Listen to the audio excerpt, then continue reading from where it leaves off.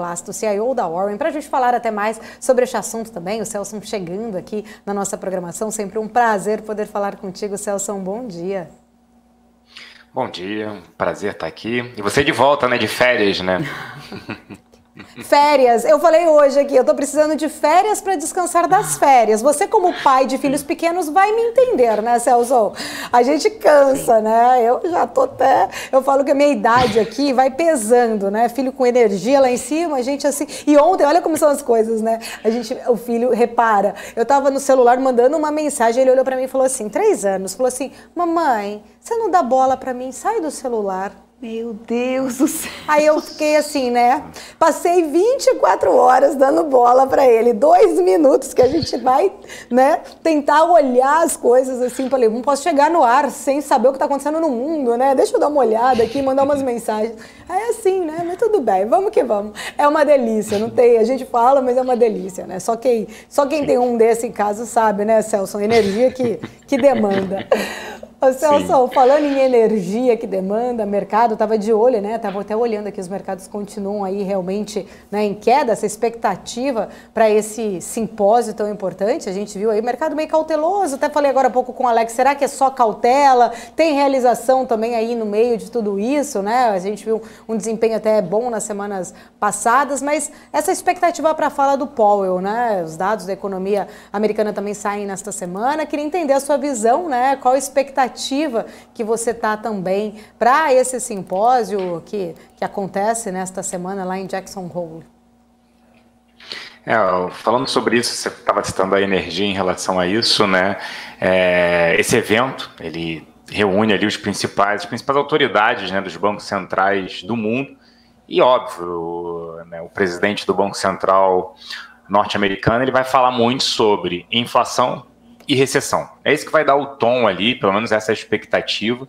A gente tem que lembrar que em julho, né, ele afirmou muito que a gente está vivendo algo tempos que não são normais, né, e é muito difícil, ele mesmo falou, falar qual a confiança que você vai ter para os próximos 6 ou 12 meses. Então, muito provavelmente, ele vai enfatizar o crescimento, ele está desacelerando, a gente está vendo isso em relação aos dados norte-americanos, né? Principalmente da parte de housing, ou seja, vendas de casas, por conta de um juros subindo muito rápido, né? E deve desacelerar ainda mais, mas por outro lado, a inflação, né, ela está extremamente elevada e é uma prioridade deles, né? Uma prioridade de todos os bancos centrais. A gente vê isso aqui no Brasil mesmo, a taxa de juros provavelmente chegou a um pico ali de 13,75%, pode ir a 14%, mas isso não muda mais. Mas a gente chegou a um pico também de inflação e ela começa a ceder com a deflação.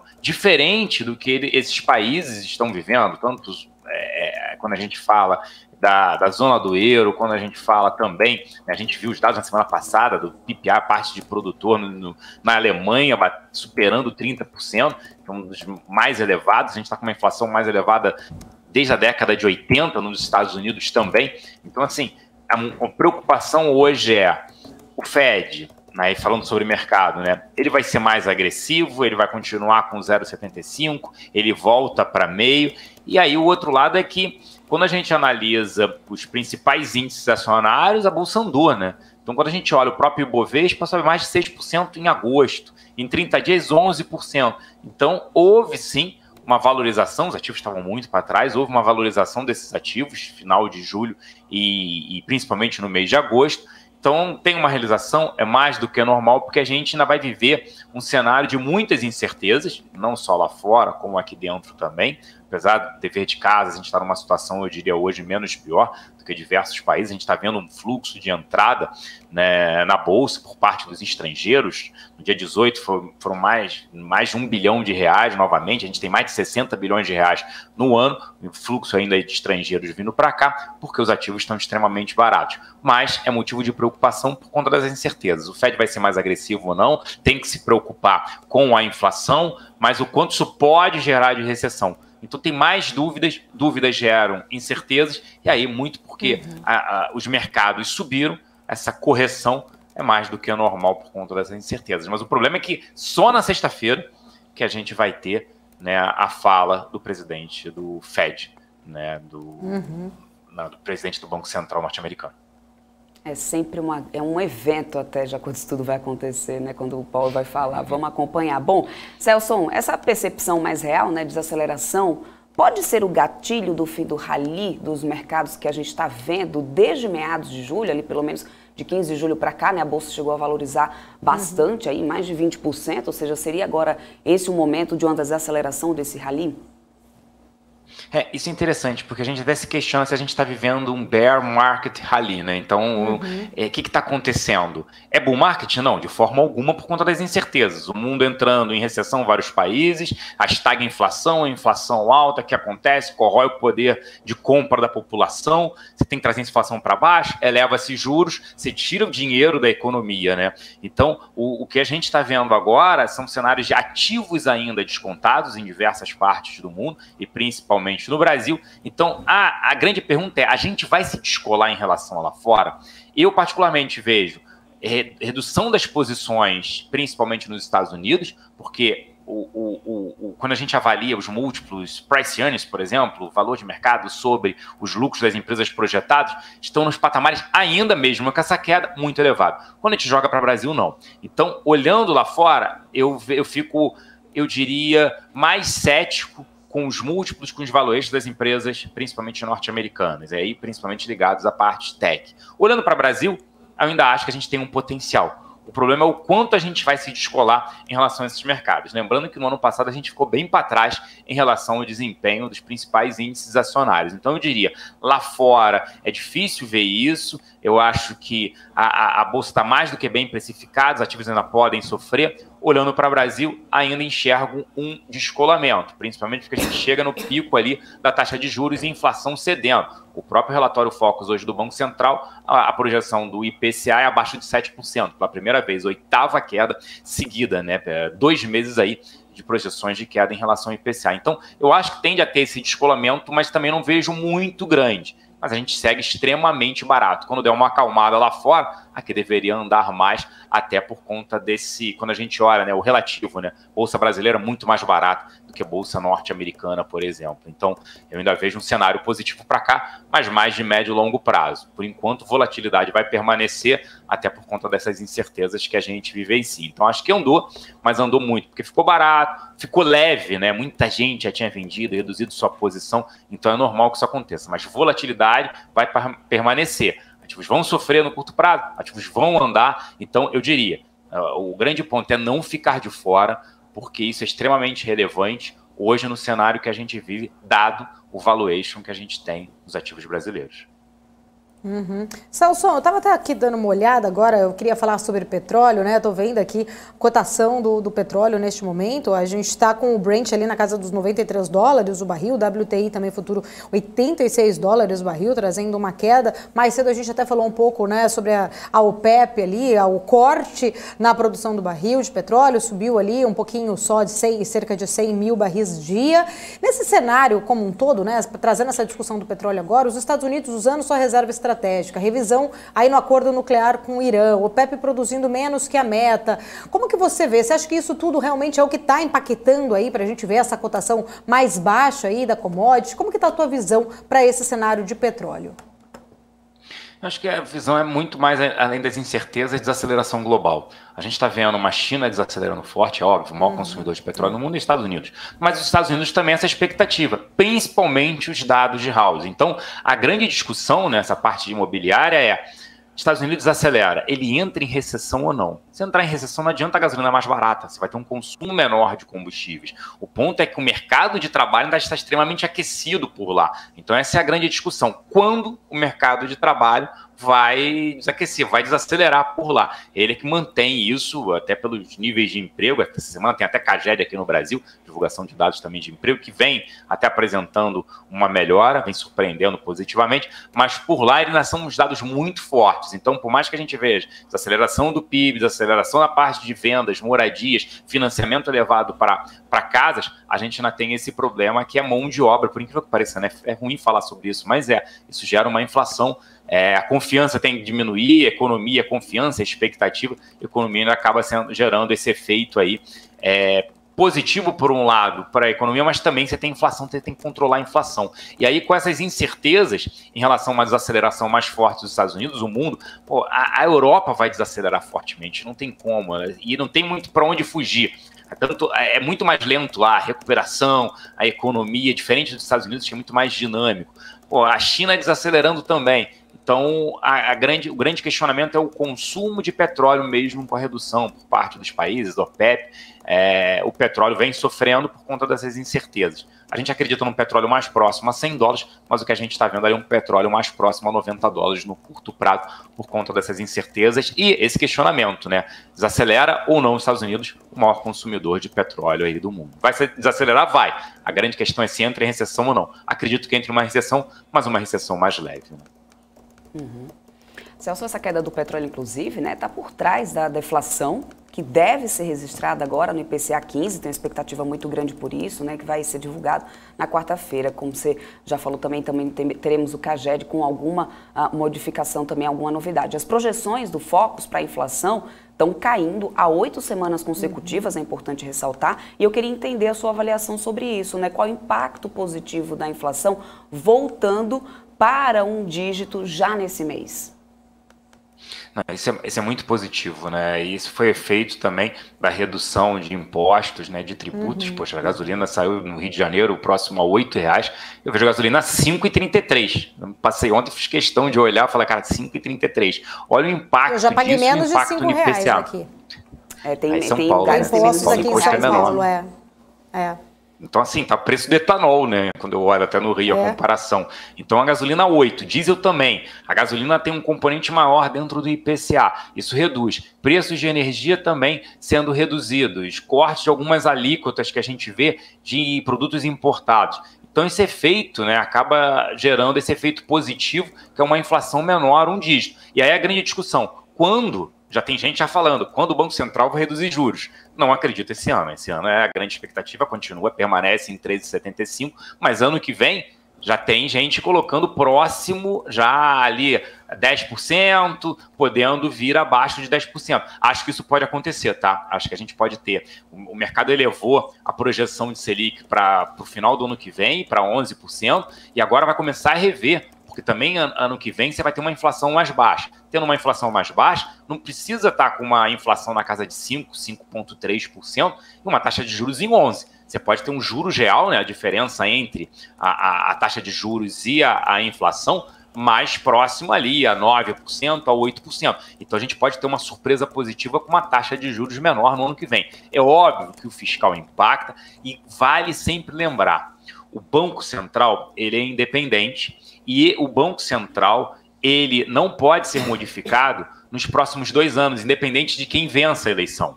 Então isso é muito positivo. O Roberto Campos Neto está fazendo um baita trabalho lá, e os seus diretores, né, elevou essa taxa de juros, começou isso diferente do mundo, tudo bem, a gente tem aquela discussão, eu sou crítico à taxa de juros a 2%, mas também foi muito rápida essa elevação, e ele mesmo cita, o grande problema, a grande discussão é o fiscal. Né, se o próprio Paulo Guedes na semana passada falou, se a gente passar a reforma tributária, dá para bancar o auxílio, o benefício de R$600. Se não passar, não dá. Então também tem uma pressão em relação ao Congresso, em relação a isso também, que é extremamente importante. Então quando a gente olha uma inflação mais baixa no que vem, pode sim voltar a ter uma taxa de juros Selic com um dígito abaixo de 10%, que é extremamente interessante. Por isso que é muito rápido, né? A nossa economia também está sendo mais dinâmica do que no passado. Isso é positivo também para atrair investidores. O diferencial de juros ainda vai ser elevado em relação aos Estados Unidos. Então eu sigo assim, no médio prazo e longo prazo, ainda extremamente otimista pelo nível de valuation, por conta de uma inflação mais controlada, uma taxa de juros menor em ativos de maior risco, e aí no caso renda variável. Perfeito. Celso, vamos falar um pouquinho agora sobre essa Americanas, que está numa disparada aqui, inclusive, né? Eu até já estava olhando aqui, que a informação é de que a Americanas já ganha quase 2 bilhões em valor de mercado após esse anúncio do Sérgio Rial, assumindo, né, a presidência aí da companhia. É a primeira movimentação em 20 anos, né, nessa direção nessa presidência da companhia, que isso não acontecia há muito tempo. O Sérgio Rial, que era de um outro setor, do setor financeiro, vindo agora, passou muitos anos ali no Santander, né, passando agora então a ficar à frente da Americanas, o mercado reagindo positivamente. Agora a alta é de quase, né, de mais de 20,5%, né, mirando aí quase os 21% de alta, segue Americanas agora valorizando, ou seja, pensando do que a gente tinha Magazine Luiza lá atrás, dá para poder a gente pensar em Americanas agora, passando aí, se tornando, quem sabe, aquela nova Magalu queridinha do mercado? Interessante o seu ponto, Débora, quando você compara com a Magazine Luiza, e foi isso um pouco que aconteceu, né? Na Americanas há muito tempo que você não tem mudanças. Eu lembro que eu conversei com eles há coisa de 10, 11 anos atrás, por que eles não faziam marketplace? Por que eles não viravam a Amazon no Brasil? E muitos deles falaram, não tem necessidade disso, a gente vai continuar crescendo aqui. E o primeiro a criar isso foi a Magazine Luiza, que é abrir as portas para outros varejistas venderem e você faz toda a logística, você vende por eles, faz todo o processo, é cartão de crédito como a Amazon faz, né? Então a Magazine Luiza saiu na frente nesse processo. Então hoje, como você bem citou, né, mais de 20 anos, mudanças lá, e aí o mercado acho que está dando um voto de confiança, falar, poxa, o real pode mudar muita coisa aqui.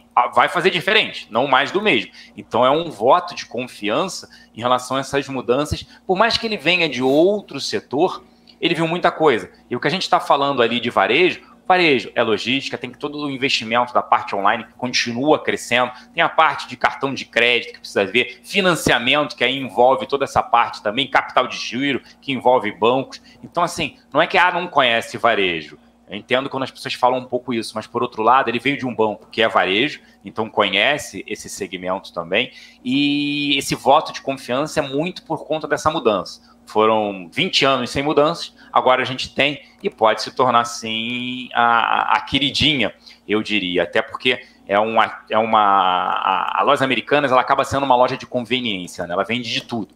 Ela é a maior vendedora de ovos de Páscoa, chocolate na época da Páscoa. Ela vendia no passado, era o maior vendedor de CDs. Ela tem a parte para bebês, foco em bebês. Então, assim, ela acaba sendo um lojista que ele não tem um produto específico, mas se torna uma loja de conveniência. Então, isso continua com produtos com preço médio, ticket médio ainda baixo, então não sofre tanto, não tem só eletrônicos, não tem só coisas para casa. Então, ele tem também um ticket menor. E fora esse investimento no online, de crescimento no online. Então, é um voto de confiança, mas basta saber se isso vai ter uma mudança profunda dentro da companhia, né?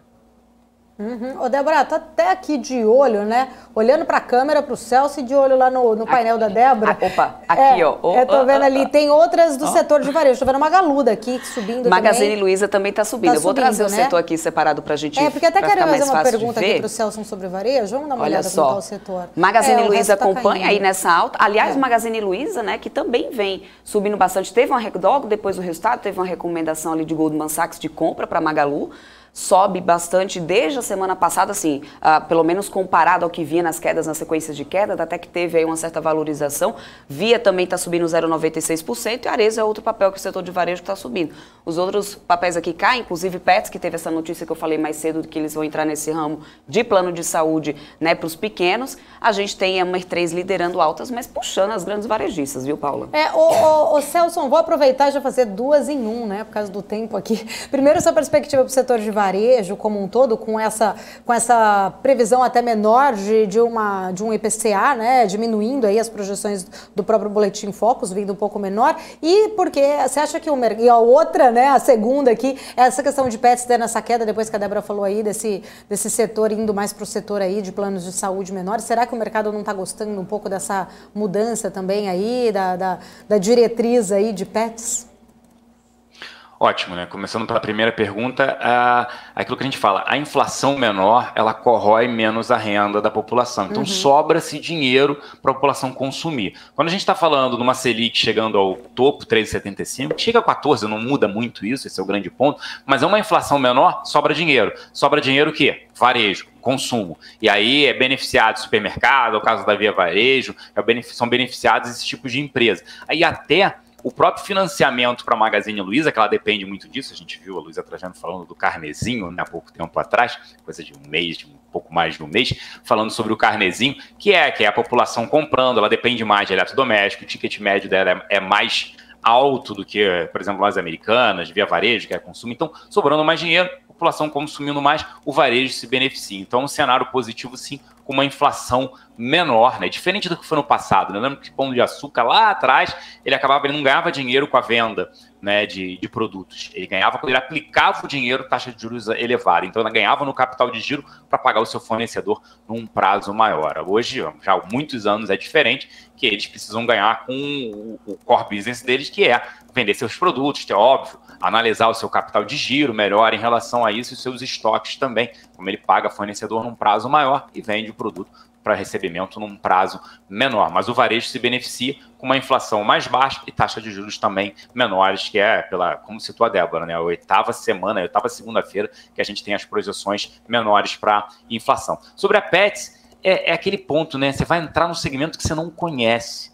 Você vai entrar num segmento que, poxa, você não sabe a parte de inadimplência, riscos envolvidos. Bem ou mal, é um plano de saúde para o pet. Tá, quais são os custos, né? Quais são os problemas que você tem de sinistros em relação a isso, né? Que esse é o nome em relação ao seguro. Qual vai ser a capilaridade, escala? Então, gera assim que você sai do seu core business para algo que você ainda não controla ou conhece pouco. Essa é a grande verdade. Então, aquilo que a gente discute. Na Americanas, voto de confiança porque precisa de mudanças. Ótimo, voto de confiança. A grande pergunta é até quando o mercado vai esperar isso se não ocorrerem mudanças. Por outro lado, a Petz é incerteza. Por quê? Ela toca o negócio dela muito bem, só que ela parte por um outro business. Então, gerando incertezas, dado que você não tem todas as informações, o mercado acaba vendendo. Isso acontece, né? Não é muito por valuation, muito mais pela percepção de aumento de risco. Prefiro estar fora, é um business que ela não conhece, então eu prefiro ficar de fora do que permanecer nesse ativo agora no curto prazo. É muito mais por isso. Tentando ser rápido, resumidamente aqui. Tá certo, Celso. Obrigada, sempre um prazer falar contigo. Boas análises aí para a gente entender essas movimentações do mercado. Obrigada, até segunda que vem. Até segunda que vem e de olho ali no presidente do Fed na sexta-feira, todos nós, fora os indicadores essa semana. Exato. É Obrigada, isso aí. Celso. Tá certo. Obrigada, Celso Plasto. Até mais. Tchau, tchau.